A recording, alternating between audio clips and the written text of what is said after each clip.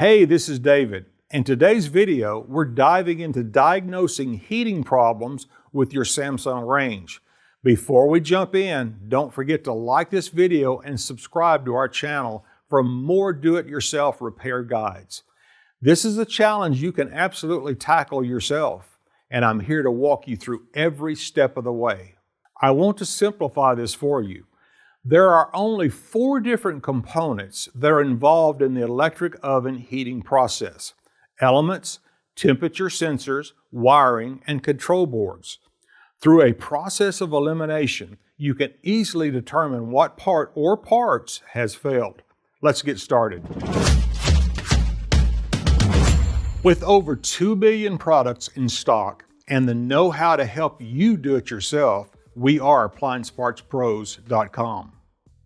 For today's work, we'll need a multimeter, a Phillips head screwdriver, and a Flathead screwdriver. Also, please remember that safety comes first. Don't forget to unplug your range or turn the breaker off. Usually, when a temperature sensor fails, it will throw an error code and not allow the oven to come on. The probe or sensor is a device that reads the temperature of the oven in ohms of resistance. It then sends the ohms reading to the control board. Then the board opens and closes relays that turn the elements on and off. This is how it regulates the temperature in the oven. You will need to pull the range out and remove the Phillips head screws from the back. The probe connector is over on the right side. To test the probe to see if it is reading the temperature correctly, we can test it at room temperature, which is around 72 degrees Fahrenheit. It should be approximately 1080 ohms, plus or minus 10%. As it gets hotter, the resistance number will also get higher. Disconnect the connector, and using your multimeter set for ohms, check the probe side of the connector. It should read 1080 ohms. If it does, then we can move on to another test. If it is out of range, it needs to be replaced. You should see the main control. For this test, the range needs to be plugged in and powered on. Please be very careful to protect yourself from electric shock, which has a potential to cause serious injury. Don't ever test for voltage if you're uncomfortable using a multimeter. Set your multimeter to AC voltage. Turn the oven on to bake and put one lead on the T501 terminal and the other probe on the black wire at the CN101 connection. You should read 240 volts AC. This is the input voltage going to the control board. To test output voltage to the bake, broil, and convection elements, turn the control to bake. With your meter still set to volts AC and the power still on, check across the T501 terminal to the T505 terminal. You should read 240 volts AC. Turn the bake setting off and turn the broil setting on. Check across the T501 terminal to the T503 terminal. You should read 240 volts. Turn the broil setting off and then turn the convection bake setting on. Check across the T501 terminal to the T507 terminal. You should read 240 volts AC. You have now successfully checked the input voltage to the board and the output voltage to all 3 elements. If any of the output voltages are incorrect, the board is defective and needs to be replaced. If all the output voltages are good, the board is good, and you have a defective element or a wiring issue. The bake element is usually the culprit when the oven will not heat. So let's take a look at it. Locate the element, which is at the very bottom.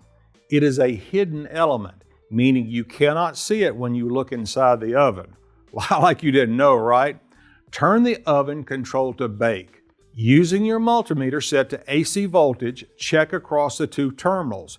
You do not remove the wires going to the bake element terminals. You should read 240 volts AC. If you do and the element does not heat, the element is bad and needs to be replaced. If the voltage is not correct, check the wiring. Is it burned anywhere? If not, you will need to replace the control. It should be sending 240 volts AC to the element. Remember, voltage does not lie. The broil element is checked in a similar way as the bake element. Let's take a look at how this is done. Locate the element, turn the oven control to broil. Using your multimeter set to AC voltage, check across the two terminals. You should read 240 volts AC. If you do and the element does not heat, the element is bad and needs to be replaced. If the voltage is not correct, check the wiring. Is it burned or broken? If not, you will need to replace the control. It should be sending 240 volts AC to the element. To check the convection element, locate the convection heater terminals and remove both of the connectors. Place a probe into each plug.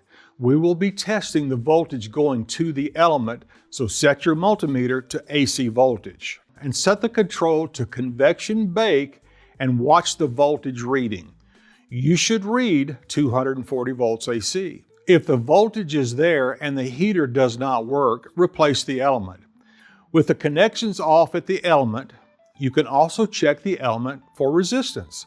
Set your meter to ohms and check across the two terminals. You should read about 70 to 73 ohms. Although it is not common, you may have a burned or broken wire that can cause a no heat problem in the oven. This can affect every component in the range, especially if it is around the terminal block. Visually look at the wires, especially around the terminal block. Do you see any burned, broken, or loose wires? It is usually very easy to spot. Any burned wires at the terminal will result in the terminal block being replaced, and if the wires cannot be repaired, the wire harness will also need to be replaced.